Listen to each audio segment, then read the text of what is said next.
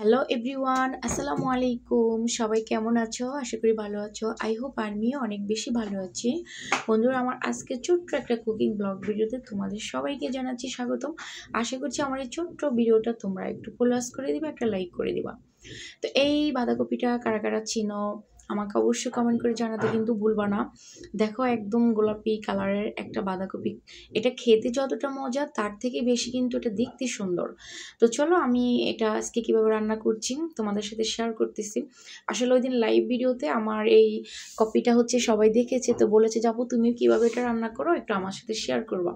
তো আমি বললাম সাদা সিম্পল, হ্যাঁ আমরা রান্না করি সেম প্রসেসে কিন্তু এটা রান্না করা হয়। অনেকে কিন্তু মাংস দিয়ে করে, তারপর অনেকে চিংড়ি মাছ দিয়েও করে। তো আমি চেয়েছিলাম প্রথমে চিংড়ি মাছ দিয়ে করব, পরে বললাম যে না, ভাজি করি, তাড়াতাড়ি হয়ে যাবে, সময় কম ছিল হাতে, শরীরটাও ভালো ছিল না তার জন্য। তো আমি দেখো এটা কুচি কুচি করে কেটে নিয়েছি রান্না করার জন্য। তো এখন আমি এটাকে রান্না করতে চলে যাব। আর তোমরা কে কে কালারিং পাতাকপিটা খেয়েছো অবশ্যই আমাকে কমেন্ট করে জানিয়ে দিবা। আর ইদানিং ভিডিও করতেছি বন্ধুরা, কোনো আশা ভরসা, কোনো লাইক কমেন্ট কিছুই পাচ্ছি না তোমাদের।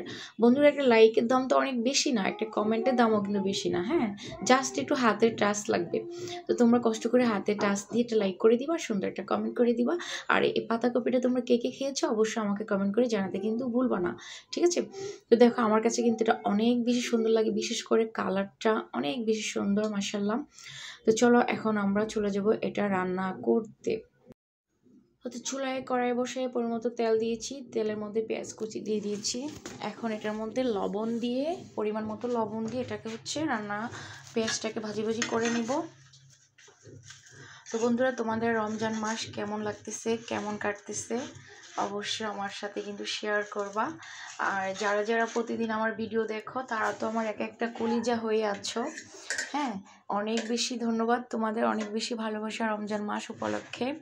তো আমি পেঁয়াজটাকে ভাজি ভাজি করে কাঁচামরিচ দিয়েছি 3-4টার মতো। এখন আমি আমার পাতাকপিগুলো দিয়ে দিলাম এখানে, সবগুলো পাতাকপি দিয়ে দিয়েছি। এখন ঢাকনা দিয়ে পাতাকপিটাকে নেড়ে ছেড়ে আমি উলট পালট করে রান্নাটা করে নিতে হবে। তোমরা কি জানো, আমি কিন্তু আরেকবার খেয়েছিলাম এই কালারিং পাতাকপিটা। আর আজকে এই পর্যন্ত আমার জীবনে 2বার, হ্যাঁ, তা আমার স্বামীর বাড়িতে এসে, বাবার বাড়িতে না। তোমরা কে কে খেয়েছো আমাকে কিন্তু জানাবা। তো আমি একটা ডিম অ্যাড করেছি, পাতাকপিগুলোকে চারপাশে নিয়ে মাঝখানে একটা ডিম দিয়েছি, দেখেছো? তো এখন এই ডিম সহ সবগুলো পাতাকপি আমি সুন্দর করে রান্নাটা করে নিচ্ছি। দেখো, এটা কিন্তু অনেক মজা। হ্যাঁ, আর গরম ভাতের সাথে কিন্তু সাথে একটা ডিম থাকলে অমলেট, আর এই পাতাকপিটা কিন্তু দারুণ জমে যায়। এটা দেখতে যত সুন্দর, খেতে কিন্তু তার থেকে বেশি মজা।